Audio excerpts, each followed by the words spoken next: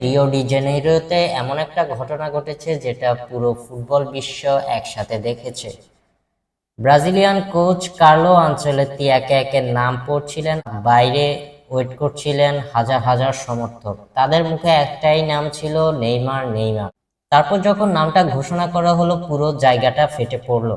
বিশ্বকাপের এই স্কোয়াড থেকে বাদ পড়েছে অনেক বড় বড় তারকার নাম। আর একটা সবচেয়ে বড় প্রশ্ন ব্রাজিলিয়ান ফ্যানদের মাথায় ঘুরছে, সেটা হলো এবার কি হেক্সা মিশন পূরণ করতে পারবে কিনা ব্রাজিল। আজকের এই ভিডিওতে আমরা পুরো 26 জনের যে স্কোয়াডটা আছে সেটা ভেঙে দেখব। নেইমার কেন এই টিমের জন্য গুরুত্বপূর্ণ সেটা নিয়ে আলোচনা করব, এবং কোন কোন তারকা বাদ পড়লেন এবং কেন বাদ পড়লেন, এবং আনচেলত্তি কি কৌশল ব্যবহার করতে যাচ্ছেন বিশ্বকাপের ম্যাচগুলোতে সেগুলো নিয়েই আলোচনা করব।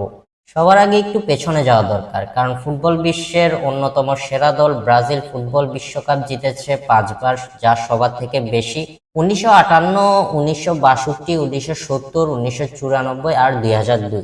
2002 সালের পর থেকে এখন পর্যন্ত ব্রাজিল একটি ফাইনালের মুখও দেখেনি, যা সত্যি হতাশাজনক ব্রাজিলের জন্য। 2014 সালে নিজেদের মাটিতে জার্মানির কাছে 7-1 গোলে বিধ্বস্ত হওয়ার সেই ক্ষতটাও এখনো ঠিকমতো সারেনি ব্রাজিলের, যার পরিপ্রেক্ষিতে ব্রাজিল ফুটবল কনফেডারেশন এবার একটি সাহসী সিদ্ধান্ত নিয়েছেন। নিজেদের দেশের বাইরে গিয়ে একজন কোচ নিয়োগ দিয়েছেন। দেশের ইতিহাসে প্রথমবারের মতো বিদেশি কোচ এনেছে ব্রাজিল। ইতালিয়ান মাস্টারমাইন্ড কার্লো আনচেলত্তিকে কোচ হিসেবে এনেছে সেলেসাওরা, যার ক্যারিয়ারে আছে 5টা চ্যাম্পিয়ন্স লিগ শিরোপা।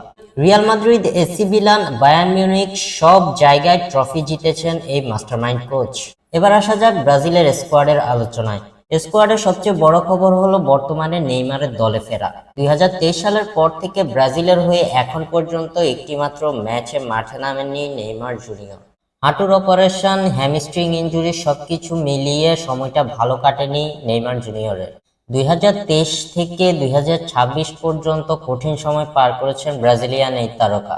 ফিরেছেন আল হিলাল ছেড়ে নিজের শৈশবের ক্লাব সান্তোসে। সেখানেও খুব সুখকর সময় কাটাতে পারেননি এই ব্রাজিলিয়ান তারকা। আনচেলত্তি আসার পর থেকে নেইমারকে স্কোয়াডে একবার রেখেছিলেন, দুর্ভাগ্যবশত ইনজুরির কারণে তাকে বাদ দিতে হয়েছিল সেই সময়। তবে বিশ্বকাপ যতই ঘনিয়ে এসেছে, নেইমার নিজের প্রতি আত্মবিশ্বাস ততই বাড়িয়েছে। সান্তোসের হয়ে খেলে গেছেন একের পর এক ম্যাচ এবং নিজেকে প্রমাণ করেছেন। সেই প্রমাণের ধারাবাহিকতায় কার্লো আনচেলত্তি তাকে স্কোয়াডে রেখেছে। দল ঘোষণার পর আনচেলত্তি নিজেই বলেছিলেন, আমরা পুরো একটা বছর ধরে নেইমারকে পর্যবেক্ষণ করেছি। শেষ দিকে সে ধারাবাহিক ছিল এবং ভালো শারীরিক অবস্থায় ছিল। তাকে শুধু ব্যাকআপ হিসাবে নিচ্ছি না, নেইমার এই দলে গুরুত্বপূর্ণ ভূমিকা রাখবে। এখন কথা হলো, নেইমার কি আসলে এই দলের জন্য গুরুত্বপূর্ণ ভূমিকা রাখবে? উত্তরটা হ্যাঁ, কিন্তু আগের মতো না। আগে নেইমার ছিলেন ব্রাজিলের সবকিছুর কেন্দ্রে, পুরো আক্রমণ ভাগটাই নির্ভর করত তার উপর। কিন্তু এই জায়গাটাতে এবার ভালো অপশন আছে ব্রাজিলের কাছে। ভিনিসিয়াস জুনিয়র, রাফিনহারা তো আছেনই, সাথে এনরিকো আছে, ম্যাথিউস কুনহাও আছে। যেটা ধারণা করা হচ্ছে, নেইমারকে তার অভিজ্ঞতার ভিত্তিতেই কার্লো আনচেলত্তি স্কোয়াডে বেশি প্রাধান্য দিয়েছেন, যার কারণ মূলত এটি তার চতুর্থ বিশ্বকাপ হতে যাচ্ছে। 2014, 2018, 2022 সালে ব্রাজিলের হয়ে বিশ্বকাপ মঞ্চে খেলেছেন ব্রাজিলিয়ান পোস্টার বয়। বড় মঞ্চে কি করতে হবে সেটা ভালো করেই জানা আছে নেইমার জুনিয়রের। দ্বিতীয়ত, ব্রাজিলের হয়ে 79টি গোল আছে নেইমার জুনিয়রের, সেটা 128 ম্যাচে, যার ফলে তিনি বনে গেছেন দেশের সর্বকালের সর্বোচ্চ গোলদাতা। তৃতীয়ত, যেটা গুরুত্বপূর্ণ ব্যাপার হচ্ছে, নেইমার এখন স্টার্টার হিসেবে না, সাবস্টিটিউট হিসেবেই দলে বেশি ভূমিকা রাখতে পারবেন। ধারণা করা হচ্ছে কার্লো আনচেলত্তি তাকে সাবস্টিটিউট হিসেবেই খেলাবেন বেশিরভাগ সময়। গেম চেঞ্জার হিসেবে তিনি ভূমিকা রাখতে পারবেন ব্রাজিল দলে। আনচেলত্তির ভাষাতে এটা স্পষ্ট হয়ে উঠেছে, আনচেলত্তি নেইমারকে গেম চেঞ্জার হিসেবে সাবস্টিটিউটে খেলাতে চান, সেটাতেই তিনি স্বাচ্ছন্দ্য বোধ করবেন বেশি। ব্রাজিলিয়ান কোচ নিজেই এটা স্পষ্ট করে বলে দিলেন। এই প্রসঙ্গে তিনি বলেছিলেন, আমরা নেইমারকে 1 মিনিটের জন্য মাঠে নামাতে পারি, 5 মিনিটের জন্য মাঠে নামাতে পারি, আবার 90 মিনিটের জন্য মাঠে নামাতে পারি। নেইমার পেনাল্টিও নিতে পারেন, তিনি আমাদের দলকে সাহায্য করতে পারেন, তবে ঝুঁকিটা স্বীকার করতে হবে। নেইমার প্রতিটা ম্যাচে ফিট থাকবেন কিনা সেটা এই মুহূর্তে গুরুত্বপূর্ণ একটা বিষয়, আর নেইমারের কারণে এই জায়গাটাতে একজন গুরুত্বপূর্ণ খেলোয়াড়কে বাদ দিতে হয়েছে আনচেলত্তির। সে বিষয়ে অবশ্য পরে আসছি। কারা কারা ব্রাজিলের এই বিশ্বকাপ স্কোয়াড থেকে বাদ পড়েছে সেটা নিয়ে এখন আলোচনা করব। এই বিশ্বকাপ স্কোয়াডে বাদ পড়াদের নিয়ে কিন্তু আলাদাভাবে বলতে হবে। প্রথমত রদ্রিগো গোয়েজের কথা বলতে হয়, যিনি ব্রাজিলের হয়ে গুরুত্বপূর্ণ ভূমিকা রেখে থাকেন। এসিএল ইনজুরির কারণে বিশ্বকাপ মিস করেছেন এই তারকা। রিয়াল মাদ্রিদে আনচেলত্তির সবচেয়ে বিশ্বস্ত একজন খেলোয়াড়দের মধ্যে অন্যতম ছিল রদ্রিগো গোয়েজ। ক্লাবে ভিনিসিয়াসের সাথে তার কম্বিনেশন ছিল ইউরোপের অন্যতম সেরা, কিন্তু মার্চে এসিএল ইনজুরিতে পড়ে গেছেন। তার মতো ট্যাকটিক্যালি ফ্লেক্সিবল একজন উইঙ্গার এই ব্রাজিলের স্কোয়াডে বর্তমানে নেই। দ্বিতীয়ত যিনি বাদ পড়েছেন তিনি হলেন চেলসিতে খেলা এস্তেবাও উইলিয়ান। চেলসির 19 বছর বয়সী এস্তেবাওকে নিয়ে অনেকে স্বপ্ন দেখেছিল বড় মঞ্চে কেমন পারফর্ম করে এস্তেবাও সেটা দেখার জন্য, কিন্তু দুর্ভাগ্যবশত ইনজুরির কারণে ছিটকে গেছেন তিনিও। 11 ম্যাচে 5টা গোল করেছেন ব্রাজিলের হয়ে। থিয়াগো সিলভা 41 বছর বয়সী এই ডিফেন্ডারকে নিয়ে নতুন করে বলার কিছু নেই। আসলে 41 বছর বয়সে পোর্তোর হয়ে লিগ জিতেছেন, 4টা বিশ্বকাপে ব্রাজিলের হয়ে প্রতিনিধিত্ব করেছেন 2010, 2014, 2018, 2022। যদিও তাকে প্রাথমিক স্কোয়াডে রেখেছিল কার্লো আনচেলত্তি, কিন্তু ফাইনাল স্কোয়াডে রাখা হয়নি তাকে। জোয়াও পেদ্রো, এখানেই সবচেয়ে বড় বিতর্কটা শুরু হয়। চেলসির হয়ে স্ট্রাইকার এই মৌসুমে 20টা গোল করেছেন। অনেকেই বলছেন নেইমারকে সুযোগ করে দেওয়ার জন্য জোয়াও পেদ্রোর নামটা বাদ দিয়েছেন কার্লো আনচেলত্তি। শেষ পর্যন্ত নেইমারের জায়গা নিশ্চিত হলেও জোয়াও পেদ্রোর জায়গা নিশ্চিত হয়নি ব্রাজিলের বিশ্বকাপ স্কোয়াড। আনচেলত্তি বিষয়টা স্বীকারও করেছেন বটে। জোয়াও পেদ্রো এই মৌসুমে যেভাবে খেলেছে সে হয়তো এই দলে থাকার যোগ্যতা রাখে, কিন্তু সবকিছু বিবেচনা করে আমরা অন্য সিদ্ধান্ত নিয়েছি, এমনটাই জানিয়েছে কার্লো আনচেলত্তি। এডার মিলিটাও, ব্রাজিলের অভিজ্ঞ এই ডিফেন্ডার হ্যামস্ট্রিং অপারেশনের কারণে পুরোপুরি ছিটকে গেছেন। কমপক্ষে 5 মাস খেলার বাইরে থাকতে হবে এই ডিফেন্ডারকে, যার কারণে বাদ পড়েছেন তিনিও। এখন আসা যাক আনচেলত্তির ট্যাকটিক্স বা কৌশলে। কি ট্যাকটিক্স বা কৌশল তিনি অবলম্বন করতে পারেন বিশ্বকাপ স্কোয়াড নিয়ে, বিশ্বকাপে ব্রাজিলকে নিয়ে।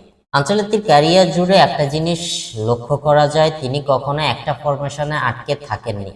রিয়াল মাদ্রিদের 4-3-3 ছিল তার পছন্দের ফরমেশন। স্কোয়াড দিয়ে সম্ভাব্য শুরুর একাদশ হতে পারে: গোলরক্ষকে রাখবেন অ্যালিসন বেকারকে, রক্ষণে ও লেফট ব্যাকে থাকবেন ওয়েসলি, মার্কিনোস ও মেগালাসকে সেন্টার ব্যাকে রাখবেন এবং লেফট ব্যাকে রাখবেন আলেক্সান্দ্রোকে।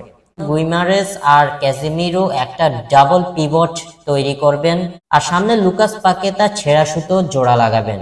আক্রমণ ভাগে ত্রয়ী হিসাবে থাকবেন ভিনিসিয়াস জুনিয়র, রাফিনিয়া, আর মাঝে ম্যাথিউস কুনহা বা ইগোর তিয়াগো। আনচেলত্তি চান মিডফিল্ড থেকে বলটা তৈরি করে দেয়া হোক, তারপর দ্রুত উইংয়ে বল পাঠিয়ে ভিনিসিয়াস বা রাফিনিয়া একের বিপরীতে এক পরিস্থিতি তৈরি করুক। আনচেলত্তির এই দলের কাউন্টার অ্যাটাকটা গুরুত্বপূর্ণ একটা শক্তিশালী অস্ত্র হিসাবে দেখা হচ্ছে। ডিফেন্সিভ ফেজে ব্রাজিল একটা মিড ব্লক সেট তৈরি করবে, চাপ দেবে, কিন্তু পুরো মাঠ জুড়ে দৌড়ানোর মতো অপ্রয়োজনীয় এনার্জি নষ্ট করবে না। মাঝমাঠ ক্লোজ রেখে প্রতিপক্ষকে পাশে ঠেলে দেওয়ার চেষ্টা করবে। এবার আসা যাক এই স্কোয়াডের শক্তি ও দুর্বলতা নিয়ে। প্রথমে এই দলের শক্তির জায়গাটা নিয়েই কথা বলি। আক্রমণ নিঃসন্দেহে এই দলের সবচেয়ে বড় শক্তির জায়গা, কারণ সেখানেই আছেন নেইমার জুনিয়র, ভিনিসিয়াস জুনিয়র, রাফিনিয়াদের মতো তারকারা। ভিনিসিয়াস জুনিয়র যদিও ব্রাজিলের হয়ে তেমন একটা পারফর্ম করতে পারেন না, কিন্তু রাফিনহা, নেইমার, এনড্রিক এদের যদি আপনি ধারাবাহিক পারফরমেন্সটা দেখেন, নিজেদের সেরাটা দিতেই প্রস্তুত থাকেন সব সময়। আক্রমণ ভাগে বেঞ্চ ডেপথ তো বেশ ভালো এই দলটার। মিডফিল্ডে ব্রুনো গুইমারেস আর ক্যাসেমিরো একসাথে থাকলে মাঝমাঠ একটা শক্ত ভিত্তি তৈরি করবে। ব্রুনো গুইমারেস এই মৌসুমে নিউক্যাসেলের হয়ে সেরা ফর্মে ছিলেন। গোলরক্ষকেও কোনো সমস্যা নেই আনচেলত্তির জন্য। দুর্বলতার জায়গা যদি বলতে হয়, এই দলের সবচেয়ে বড় দুর্বলতার জায়গা হচ্ছে ডিফেন্স। এটাই ব্রাজিলের সবচেয়ে বড় মাথা ব্যথার কারণ হবে বিশ্বকাপে। 2022 সালের মতো এডার মিলিটাও, থিয়াগো সিলভা এরা নেই, তো ব্যাকলাইনে অভিজ্ঞতা অনেক কম। বিশেষ করে ইংল্যান্ড বা ফ্রান্সের মতো দলের বিপক্ষে নকআউটে যদি রক্ষণ না টিকে, তাহলে সেটা বড় সমস্যার কারণ হতে পারে ব্রাজিলের জন্য। দ্বিতীয়ত সেন্টার ফরওয়ার্ড পজিশনে নিশ্চিত কোনো মুখ নেই। ইগোর তিয়াগো এই মৌসুমে ব্রেন্টফোর্ডে দুর্দান্ত করেছেন, কিন্তু আন্তর্জাতিক মঞ্চে তিনি কতটুকু কার্যকর হবেন সেটা এখনো প্রমাণ হয়। তৃতীয়ত, নেইমারের ফিটনেস। নেইমারকে তো নেওয়া হয়েছে বিশ্বকাপ স্কোয়াডে, কিন্তু তিনি কি আদৌ ফিট থাকতে পারবেন কিনা, পুরো মৌসুম জুড়ে তাকে কি ফুল টাইম খেলানো যাবে কিনা, এসব বিষয়ে সন্দেহ রয়েই যায়। এবার আসা যাক আসন্ন বিশ্বকাপে ব্রাজিলের ভবিষ্যৎ কেমন হতে পারে। গ্রুপ সিতে ব্রাজিলের প্রতিপক্ষ মরক্কো, হাইতি আর স্কটল্যান্ড। পর্বে যদিও একটু বাধার মুখে পড়তে হবে মরক্কোর সামনে, স্কটল্যান্ডও বেশ ভালোই প্রতিপক্ষ হিসেবে ধরা যায়। আসল পরীক্ষা ব্রাজিলের সামনে হবে নকআউট পর্বে। তবে ব্রাজিলের এই দলটাকে নিয়ে প্রেডিকশন করা হচ্ছে সেমিফাইনাল পর্যন্ত, কারণ ব্রাজিলের সবসময় একটা সমস্যা ছিল, সেটা ট্যালেন্ট না, সেটা হচ্ছে মানসিক চাপ। বড় চাপে বারবার ব্রাজিলকে ভেঙে পড়তে দেখেছে ফুটবল বিশ্ব। এ ব্যাপারে আনচেলত্তিও জানিয়ে দিয়েছেন, নিখুঁত দল বলে কিছু হয় না, বিশ্বকাপ জিততে নিখুঁত দল দরকার নেই, দরকার একটা মানসিক শক্ত দল।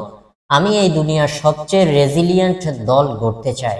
আনচেলত্তির এই কথাটা থেকে বোঝা যায় তার স্কোয়াড কিন্তু নিখুঁত না, কিন্তু তিনি বিশ্বাস করেন মানসিক দৃঢ়তা আর কৌশল দিয়ে সেই ফাঁকাটা পূরণ করা সম্ভব। সেরা দলগুলোর বিপক্ষে ব্রাজিল কেমন পারফরমেন্স করবে সেটা দেখার পর বলা যাবে তাদের হেক্সা মিশন পূরণ হবে কি না।